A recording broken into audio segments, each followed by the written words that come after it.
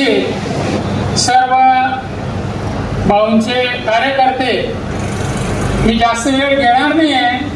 मी जवळजवळ 20-25 वर्षापासून पाहतोय भाऊंचा हा जो कार्यकाल आहे, सामान्य कार्यकर्त्यापासून आज पालकमंत्री पदापर्यंत पोहोचले, परंतु भाऊंची गरिबांशी असलेली नाळ मात्र तुटलेली नाही, आजही कायम आहे. या ठिकाणी मन खरोखर भरून भरून येत आहे की आमच्या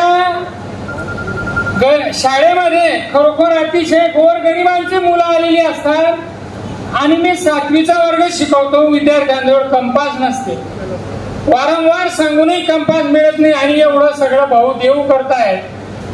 20 वर्षापासून विद्यार्थ्यांना वह्याही मिळत आहे, एकही वही पालकांना घ्यावी लागत नाही.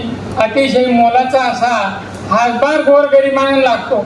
पुढचा काळखंड हा गोरगरिबांचा असणार आहे. गरिबांमधूनच मुलं मोठे होतील आणि घडतील. मित्रांनो, गरिबी ही माणसाला जगायला शिकवते. सगळं काही आपल्याला ऐकतं मिळत नाही, म्हणून तुमच्यामधूनच खूप मोठे होतील आणि त्यावेळेला तुम्हाला भाऊंची आठवण येईल की भाऊंनी आम्हाला असं सहकार्य केलं. आणि भाऊ, खरोखर मनापासून सांगतो, हे गोरगरिबांच्या आशीर्वादच तुमच्या पाठीशी राहतील आणि तुमचा असाच उत्कर्ष होत राहील.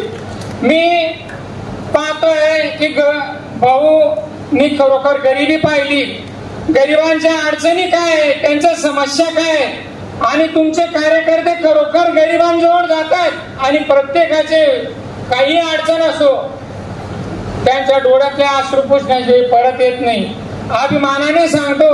आणि भाऊ, प्रत्येक गावामध्ये तुमचा कार्यकर्ता गेलेला आहे. मी व्यासपीठावर नजर मारली, बहुतेक असे की काही काम सांगा, त्यांचं काम झाल्याशिवाय राहत नाही. आणि हेच आशीर्वाद गोरगरिबांच्या पाठीशी असतात. आपल्या या कार्यकर्त्यांमधून एक भाऊ बोलून गेले की भाऊ एक फक्त कामापुरते नाही की फक्त निवडणुका आल्या आणि तेव्हा पुरते लोक जमा केले, समस्या सोडवल्या, तसं नाही आहे. तर प्रत्येक वेळेला मोलाचा असा हातभार असतो.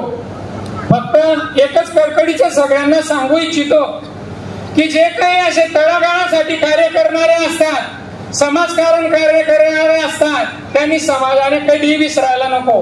भाऊंची प्रत्येक योजना आहे गोरगरिबांसाठी, हुशार विद्यार्थ्यांसाठी, तिथं समाज पाहायला जात नाही. मात्र बऱ्याच वेळेला निवडणूक समोर आली की लोक समाज पाहतात. तर प्रत्येक नेत्यासाठी सगळा समाज त्याचं घर असतं, हे लोकांनी समजलं पाहिजे. आता एक कार्यकर्ता बोलला की सगळे कार्यकर्ते हुशार झालेले आहेत, लोक हुशार झालेले, खरोखर लोक हुशार झालेले आहेत. परंतु काय होतं, काळाचा महिमा असा बदललेला आहे की ज्या वेळेला मतदानाची वेळ येते लोक काही कोणाची खुशकी सोडून देतात आणि लोक त्याला बळी पडतात. आपण अनुभवलेलं आहे चालूच, संविधान बदल देंगे, असं करून देंगे, तसं करून देंगे. लोकांनी ते डोक्यात ठेवलं आणि सामान्य लोकांसाठी झटणारे कार्यकर्ते काम करणारे यांना विसरले मित्रांनो. आणि अशा वेळेला आपल्या समोर निकाल आलेला आहे. म्हणून सगळ्यांना आग्रहाची विनंती करतो की जे खरोखर झटणारे नेते आहेत त्यांना बळ द्या, त्यांच्या पाठीशी उभे राहा की त्यांना कधी खाली बघावं लागणार नाही. मित्रांनो, भाऊ, पुनश्च मी आपल्या चरणी नतमस्तक होतो आणि असंच गोरगरिबांसाठी कार्य करत राहा. गोरगरिबांचे आशीर्वादच खरं आपल्याला तारून नेतात. जिंदगी जीने के लिए दवा की नहीं, दुआ की जरूरत होती है. आणि अशी दुआ गोरगरिबांची आपल्या पाठीशी राहील. आपल्याला काळ सुद्धा त्या ठिकाणी नतमस्तक होईल आणि आपल्याला कुठलेही आजार पण येणार नाही, कारण तुमच्या पाठीशी दुआ राहील. एवढं बोलतो, जास्त वेळ घेत नाही आणि माझे 2 शब्द संपवतो. आणि खरोखर मोलाचं सहकार्य भाऊ करतात, त्याबद्दल पुनश्च सगळ्या शिक्षकांच्या वतीने मी आपलं मनपूर्वक आभार मानतो. जय हिंद, जय महाराष्ट्र.